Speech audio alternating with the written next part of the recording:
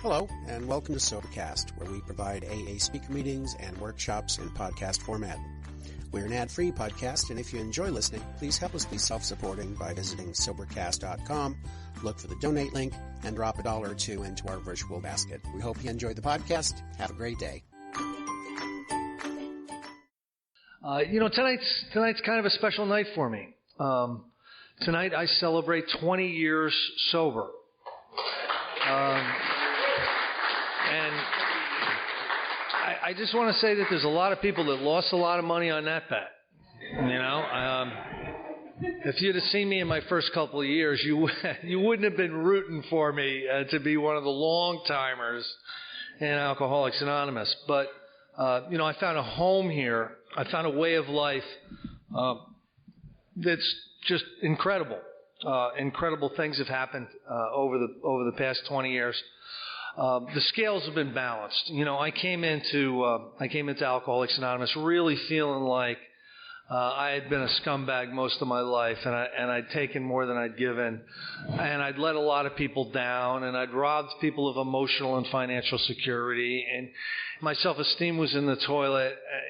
And I thought that, there's probably going to be no way I'm ever going to be able to redeem myself to these people. And actually, that certainly was possible. I want to say something about my friend Bill over here who isn't here. I want to say something about tapers because my life was basically saved by someone who handed me a set of workshop tapes. I had been in Alcoholics Anonymous about a year, and I wasn't going to last much longer. My problem was I fit the description of the real alcoholic in the book Alcoholics Anonymous. I mean, I was a hopeless case. Everything in my life was ugly, and I was hanging on by a thread. I was staying sober by going to 1 million meetings. I was going to like 13 meetings a week. I was a coffee maker over here. I was a treasurer over here. And I was going out to the diner with the guys afterward. I mean, I was throwing myself into the fellowship. But if you're a real alcoholic, that fellowship stuff, at most, it can keep you sober. It's not going to offer you recovery and freedom the way the step process will. And this guy gave me a set of tapes, and I started to listen to them. And they talked about a program of recovery. Now, I used to hear in the meetings all the time, people would say, when I came in the program, so I thought the program was going to a lot of meetings and doing all the meeting stuff.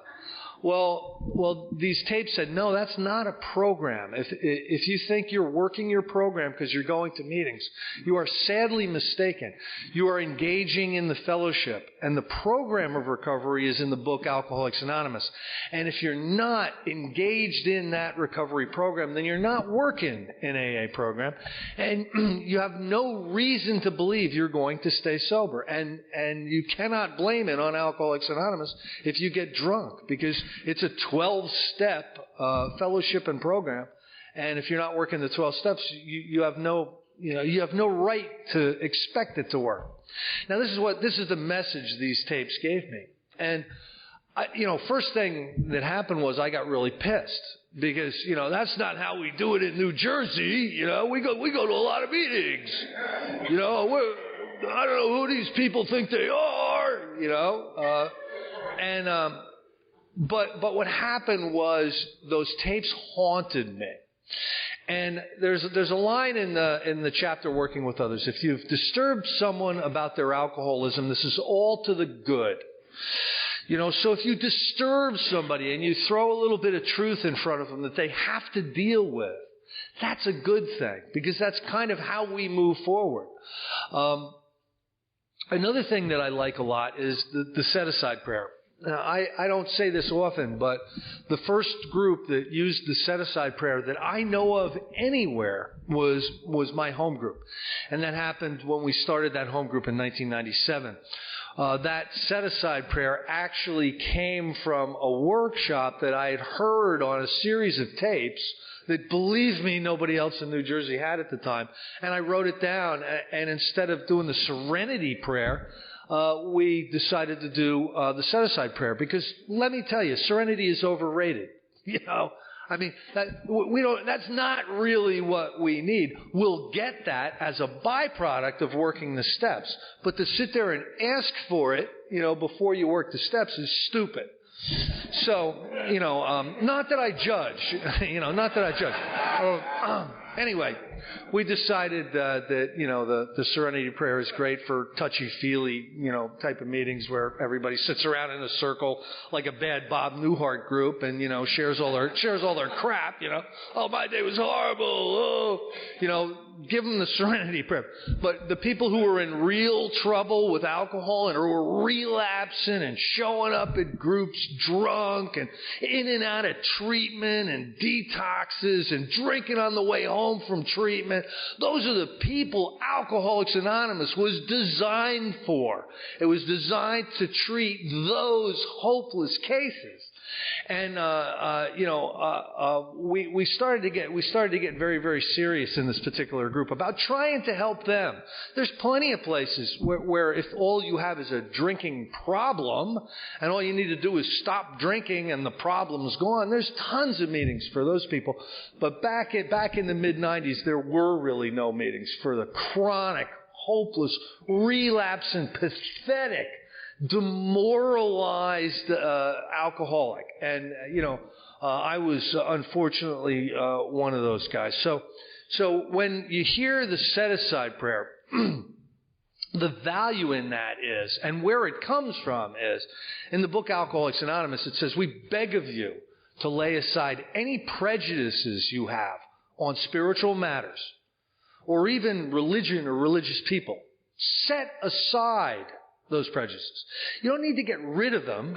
You know, we're not asking you to not think.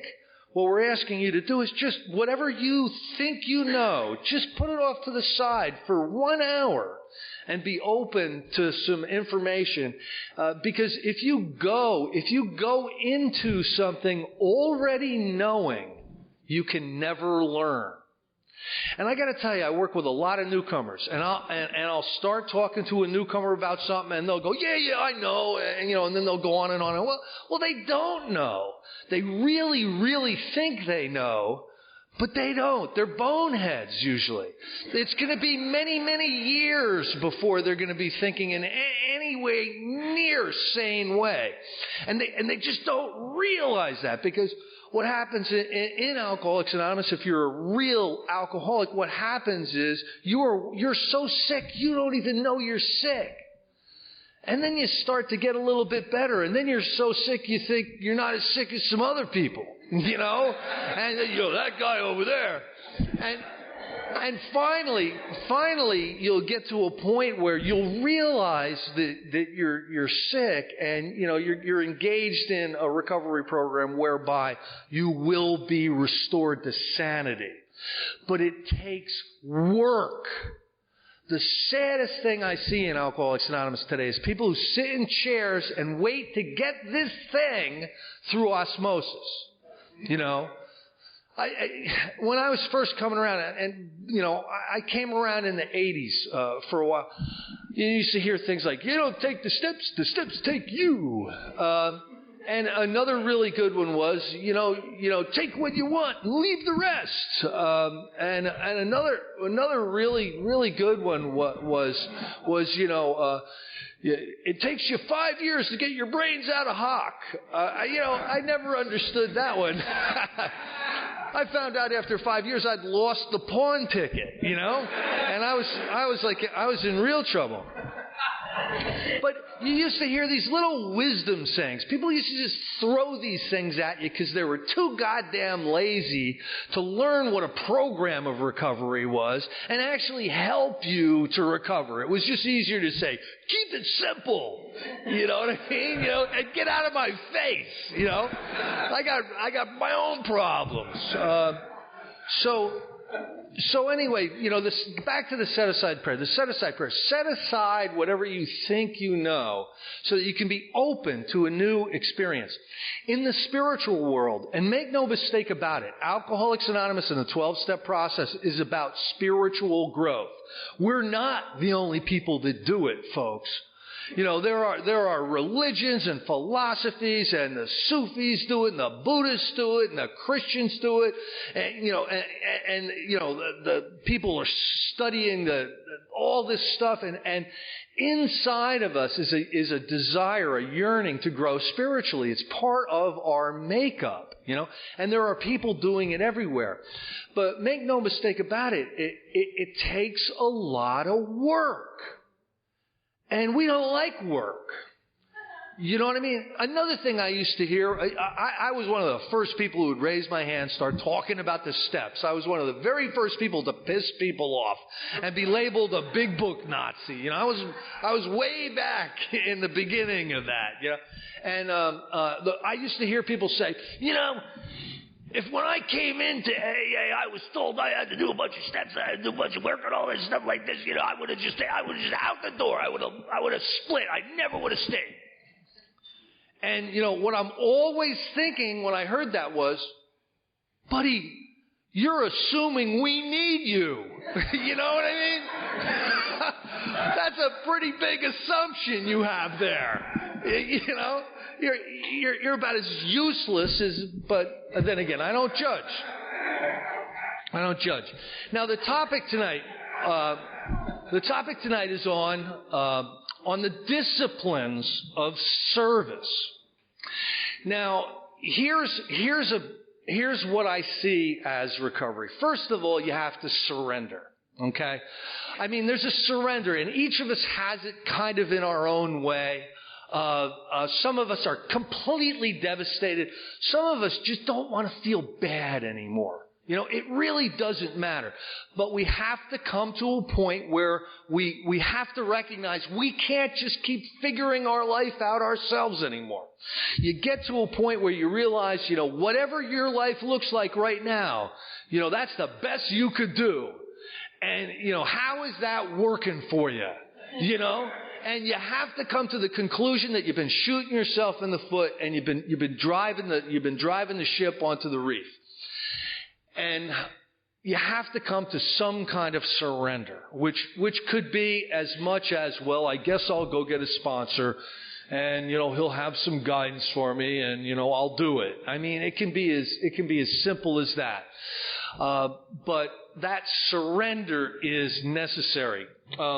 Harry Tiebout, he was one of the guys who was very influential in Alcoholics Anonymous in the 40s and 50s. He talked about the necessity of ego deflation at depth. Our egos we usually come in here with a lack of self-esteem, because we've been, acting like jerks for years and years and years. But we have this big ego, we really understand the world and all its intricacies at a very deep and complicated level, And if people would just listen to us and, follow the way we think things should go, everything would be fine, That comes from like a really big ego. I used to say to my first sponsor, I think, and he would say something to me like, Chris, if I want to know what you think, I'd come over to your house, knock on the door, and ask your mother if I could talk to you. You're living at home with your mom, okay? And you want to explain to me the intricacies of life. Only somebody with just a huge ego would be that pathetic. And that certainly was me in the early days. So there's a surrender. And with that surrender, hopefully you find an experienced sponsor or spiritual advisor. I heard Lisa come up here tonight. Lisa's one of the experienced sponsors, and I hate to say it, but they're few and far between out there in Alcoholics Anonymous today. I mean, if an individual hasn't gone through the steps, hasn't done their amends, don't pray and meditate, don't have a service ethic, haven't done a complete fourth and fifth step, they have no business sponsoring. They really don't. They can be of infinite help and value to you. But as someone leading you through a recovery process, they have little value because they don't have any experience in it. So after the surrender, hopefully you'll get lucky enough to find somebody who can take you through the steps.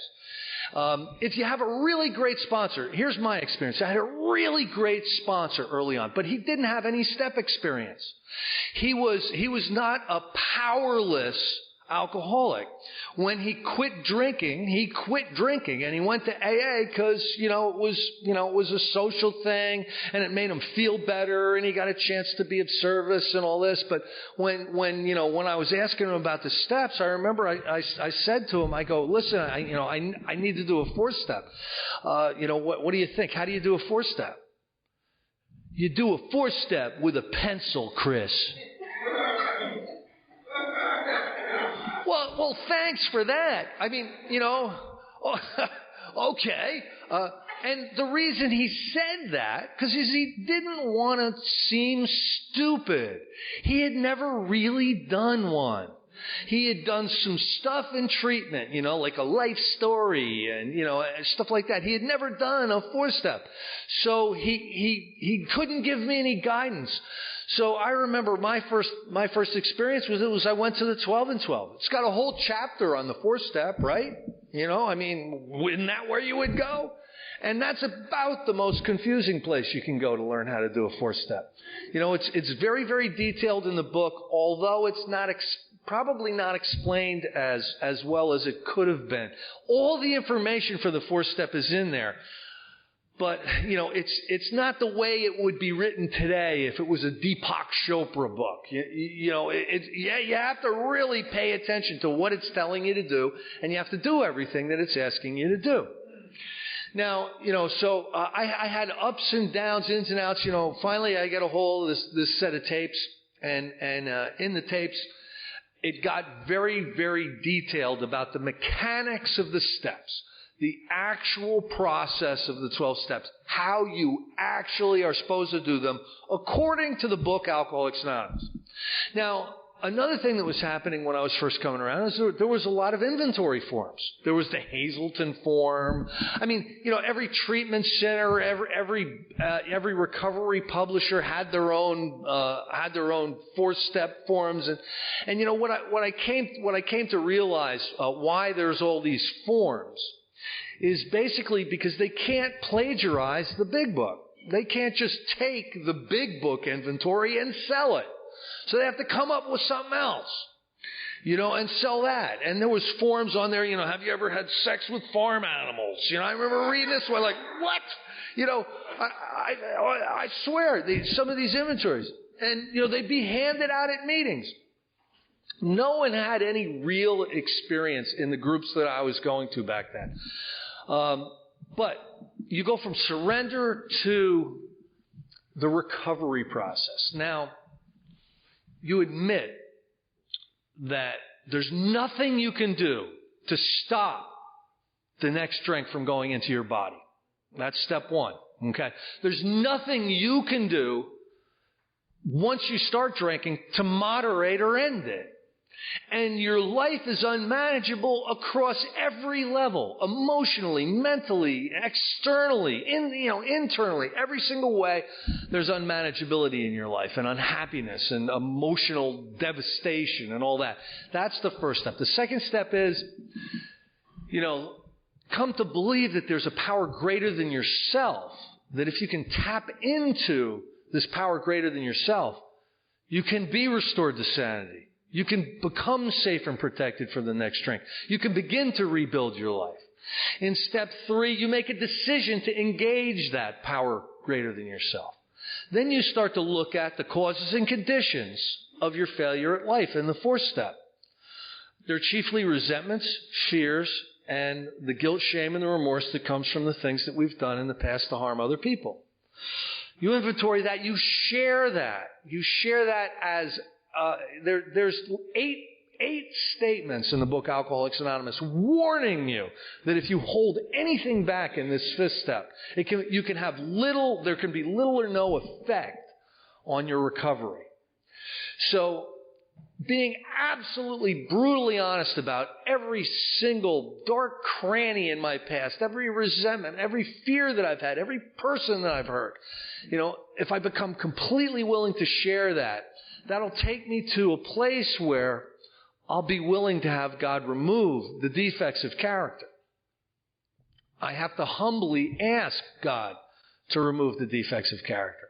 Then I need to place myself in the spiritual atmosphere where these defects of character can be removed. And the best spiritual atmosphere for my defects of character to be removed is to become willing to make amends to the people and the institutions that were harmed because of these defects of character, and then actually go out and make direct amends face to face wherever possible, direct amends to these people and these institutions. Now, when I've done that, everybody in here has heard the 12 promises, right? No new freedom and a new happiness. Not wish to shut the door on the past, but you've heard them all 100 times in meetings, right? The 12 promises. Those are the ninth step promises. They materialize if we work for them. Before you're halfway through what? Through your amends. So by the time I'm really running through the amends and I'm starting to use the disciplines of step 10 and step 11 to seek through prayer meditation to improve my conscious contact with God and to use the tools that I've learned in the steps in a reactive way, whenever things jump out at me in life, I'll handle them, the step way instead of the Chris way, which never got me anywhere except in a room in my mom's. So, by the time I get there, I've had a spiritual awakening. Having had a spiritual awakening as the result of these steps, you know what that really means? It means that until I've gone through these steps, I'm walking around asleep thinking I'm awake. My spirit is asleep. And all I can operate on is self. And self is my problem. My problem is selfishness, self-centeredness, always self-seeking. These are the things that have caused me my pain in my life. These are the things that have run me into the ground and caused my alcoholism. So, going through these steps, all of a sudden my spirit begins to awaken. And really what that is it's a shift in perspective. It's a changed perception. You don't see the world the same way. You don't react to the world the same way. You don't think the same way. It's like being completely reborn in a different. You're the same person, but you're changed. You've had that personality change sufficient to recover from alcoholism that they talk about in the doctor's opinion. And that's what the spiritual awakening is. And it also includes having a gazillion promises. The ninth step are just some of them. They aren't even the good ones. So what happens? All of a sudden, I've finished up my amends and I'm starting to pray and I'm starting to meditate. Something inside me is going to want me to carry this message. It's almost incumbent. I'm almost being driven to carry this message. And when it says carry this message to others, carry what message? Our literature, the book Alcoholics Anonymous, is very, very clear. To carry this message is basically to carry the message of, I was a hopeless alcoholic. I was in a lot of trouble. I went through the steps. I've had a spiritual awakening. I am a recovered alcoholic. I'm safe and protected from the next drink or drug based on the maintenance of my spiritual condition. And, my life is wonderful today,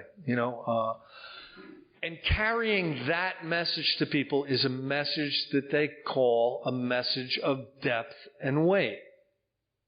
So often today in Alcoholics Anonymous, we're not cognizant of this. We don't pay attention. One of the real problems is we just don't pay attention. I was not paying attention for years. And my message was basically, don't drink, everything's going to be okay. If you're a real alcoholic, don't drink and everything falls apart. The alcohol is just a symptom of the alcoholism. You know, you take alcohol away from an alcoholic and don't give them anything back in return, and they're going to fall apart. They're going to get to the point where they're suicidal, they're going to relapse, or hopefully they're going to find a significant solution in their lives. You know, it doesn't surprise me today when I see people relapse. And the reason somebody relapses is always the same. They'll give you any number of excuses. You know, like I got arrested, or she left me, or she stayed. You know, I mean, you know, it can be any number of reasons. You know, and but the reason always is, you know, they failed to perfect and enlarge their spiritual life through work and self-sacrifice for others, putting the needs of others ahead of their own.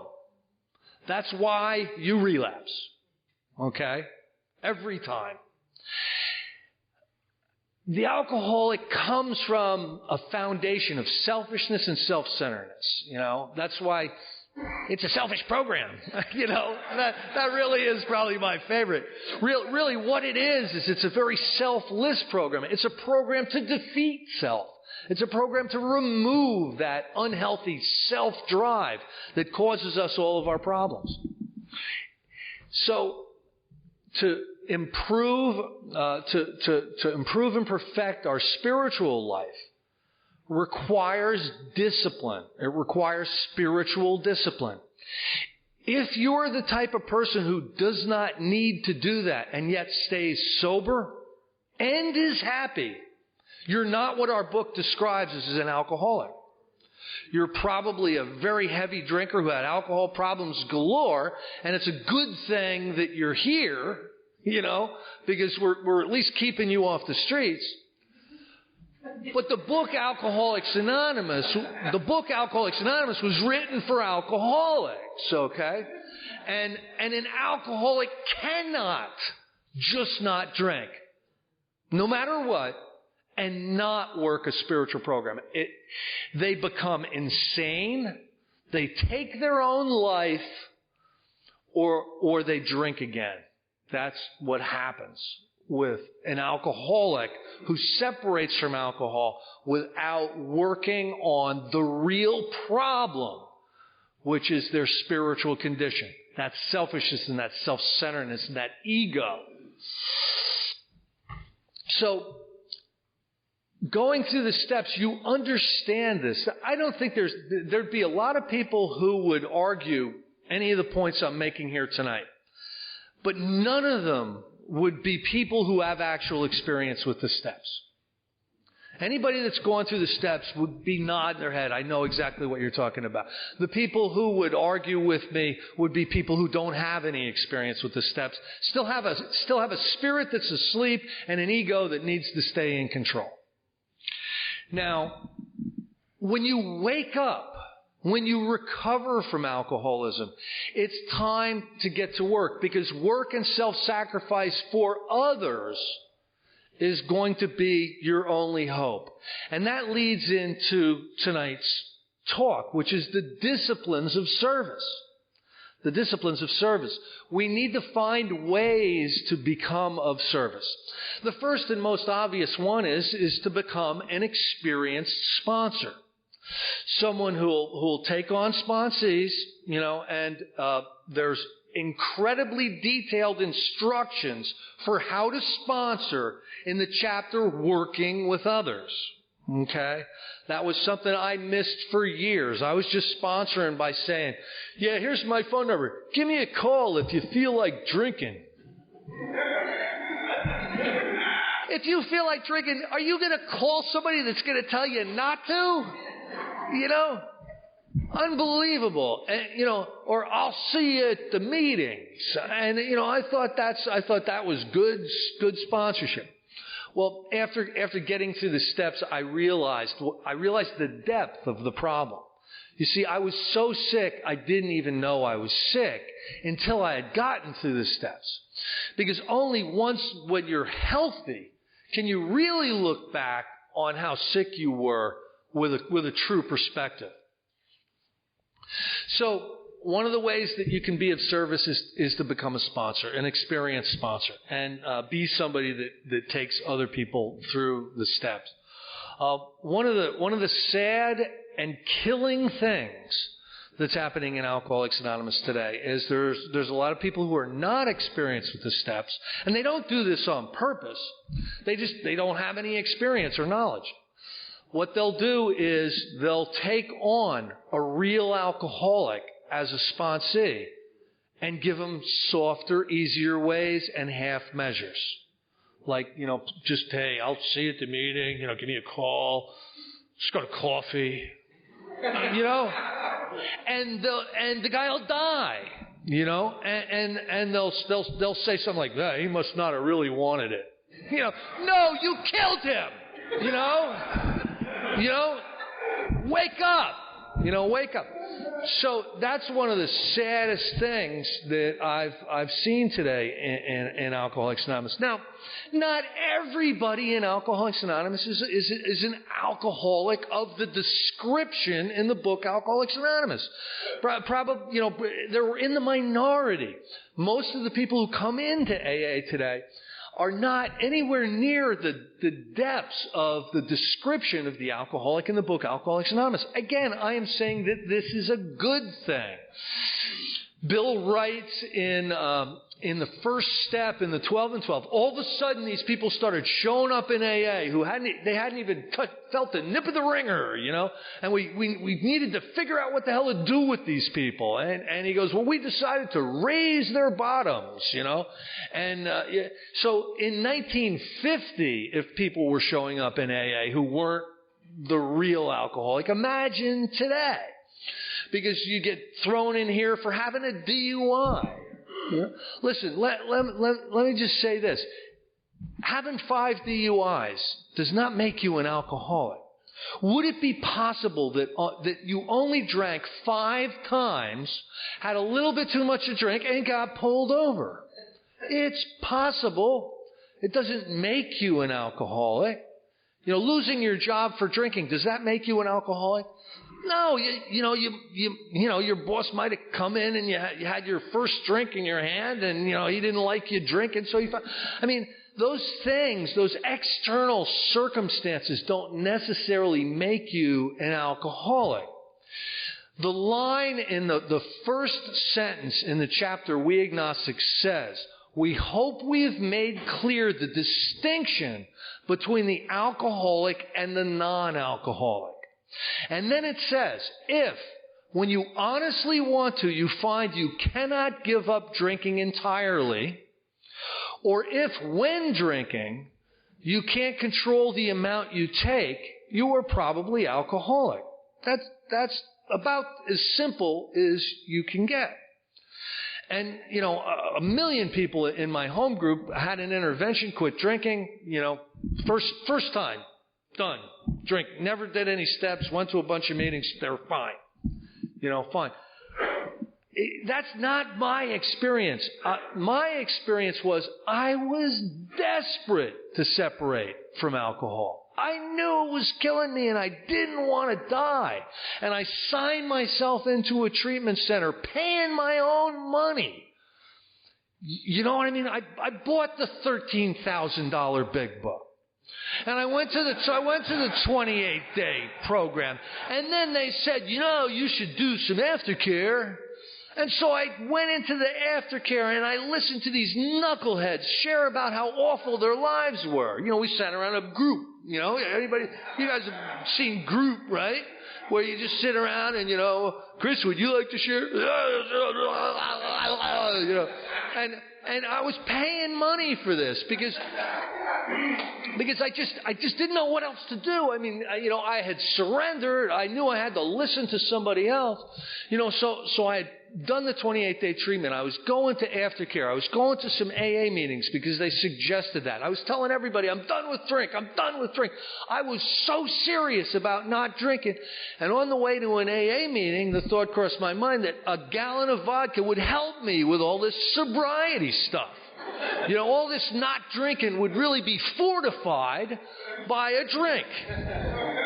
Now, that's a real alcoholic, somebody who's absolutely has done everything they possibly can to stay away from booze, and they find they can't. And, unfortunately, that's a misunderstood individual today in AA. Alcoholics Anonymous has become a place where alcoholics are misunderstood. And you'll see the relapser coming in and out of the rooms, in and out of the rooms. They obviously want to stay sober. They're coming back. Would you go back to a meeting, after you got drunk and raise your hand and tell everybody you're a meathead one more time? I drank again, I mean, who wants to do that? So obviously they have a really strong desire to not drink, yet they're always drinking. What happens with those people is instead of somebody engaging them and capturing their attention enough to draw them in to try to motivate them to go through the steps, what's happened is, people do this, they don't, there's that drunk guy again, he's not being honest. He doesn't really want it. 51% of him wants to get drunk and only 49% wants to stay sober.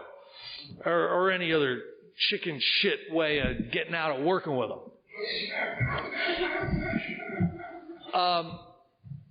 Those are the people Alcoholics Anonymous was designed to help.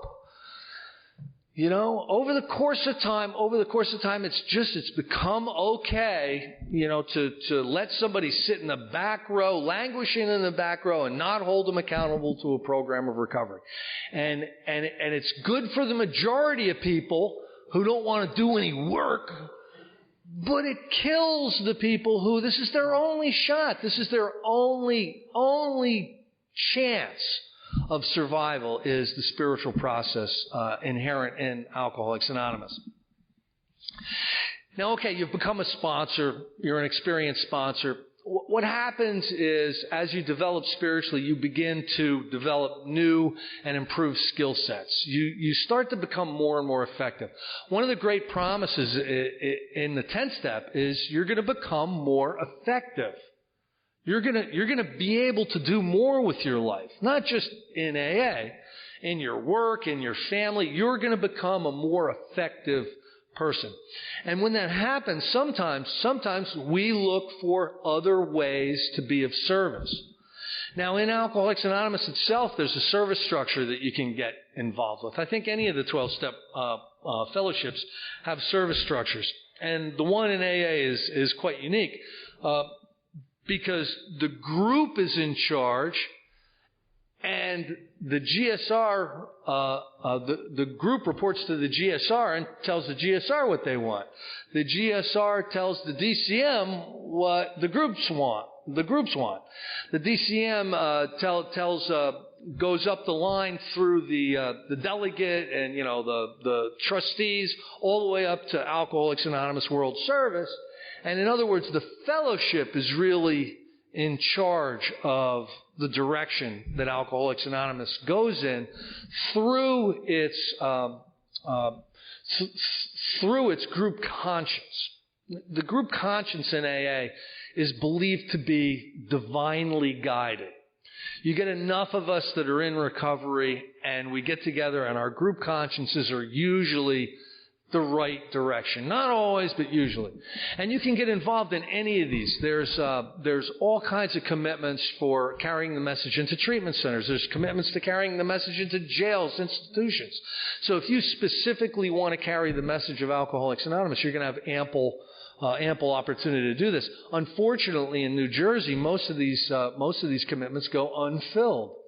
I'm part of District 18. We're Area 44, but I'm part of District 18. District 18 goes from Summit to Pottersville. It's a long, thin district, and it's been dark for almost 5 years. What that means is there's been no DCM, and there's been no places for any of the GSRs to meet. If there are GSRs, they're operating solo. They're like rogue GSRs. So they got nobody to report up to. They may be going to the service meetings and stuff, but there's no way for the group conscience in District 18 to move up the ladder because people don't want to do the work. People don't want to get involved. And it's sad. So there's a lot of opportunities. There's a lot of opportunities for that. There's opportunities in your life to be of service. Our service ethic does not necessarily have to remain in the rooms of Alcoholics Anonymous. We need it at a very, very deep level to go from always working for what we can get to putting the thoughts of others ahead of our own. And there's a million ways to do that out there. I mean, you can go from the soup kitchen to, there's just a million ways to be of service. You can be of service to your family. There can be sick people in your family, and you can kind of, spend a lot of time there. Whatever you do to help other people where there really isn't a direct profit to you can be considered part of a service ethic. And this is part of having a spiritual awakening. This is part of being a recovered alcoholic. We're not operating from that selfish and self-centered vantage point anymore. We're operating from a vantage point of love, service, and compassion. Now, when that happens, the craziest thing is, and so often you can only learn this through hindsight, and it doesn't make any sense until you experience it. But I can't tell you how many people I've worked with in the past who have been unbelievably wealthy. I got sober in the Bernardsville Mountain area, okay? You can't shake a stick without hitting a billionaire out there. And these guys could buy and sell me 100 times over, and they go, Chris, I'm really miserable, you help me. The money and the cars and the big jobs, they were still crumbling inside spiritually. They were dying. And they had everything that they were working really hard for, and that stuff didn't make them happy. That true happiness comes from working a spiritual program, whatever kind that is. I recommend going through the steps, but after that, the world is your oyster. The people who are putting the needs of others ahead of their own are the happiest people I have ever seen. Some of these guys that were running corporations in Manhattan, you'll now see them, in Morristown at the soup kitchen on Sunday morning. They've learned the importance of a service ethic, to live on this planet with an attitude of compassion for others and giving. They've learned the true meaning of happiness. Alcoholics Anonymous is not about tying you into anything. One of the saddest things I've seen with home groups is home groups that want you to be absolutely loyal to the home group and have the sponsor have absolute authority over you, and to just try to tie you in, and take you hostage. Alcoholics Anonymous is about carrying the message of recovery through the steps, helping somebody get through the steps, and then allowing them to be free to follow a spiritual path. It's about offering you freedom, certainly happiness, certainly a new perception, a new attitude, and a new outlook on life. And, I've experienced all this. My best friends in this world have experienced this. And we're living in the fellowship of the Spirit, and we are absolutely having a blast. And when we get to the end of the road, we're going to be able to look back on it. We're going to be able to say we made a real difference. We gave a lot more than we took. And that's important. If you're alcoholic, that's essential. If you're not alcoholic, that's still an unbelievably good thing to do. But we don't have the option to not do it. We're pretty much, I think that's what being a grateful alcoholic is. Grateful that I have to do all this stuff so I'll be happy. I probably wouldn't have done it if I didn't have to do it because I didn't want to do any work. Anyway, listen, I want to thank Susan again, Paul. Oh my God. Oh, Jesus. I'm out of my mind here. I want to thank everybody that put this thing on. Lisa, Paul, I want to thank everybody that put this thing on. It's been a really fun workshop for me. When it's all said and done and Bill puts all these packets of CDs together, pick it up because although we didn't go through every single mechanical movement that you're going to need to know going through the steps, we were certainly all enthusiastic about talking about it, and we can help create the enthusiasm you need to move through this process. Thanks a lot.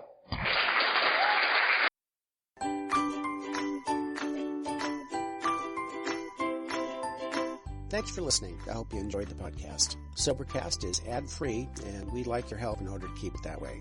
So if you'd like to help us be self-supporting by pledging $1 to a month, visit Sobercast.com and look for the donate links. Thank you very much.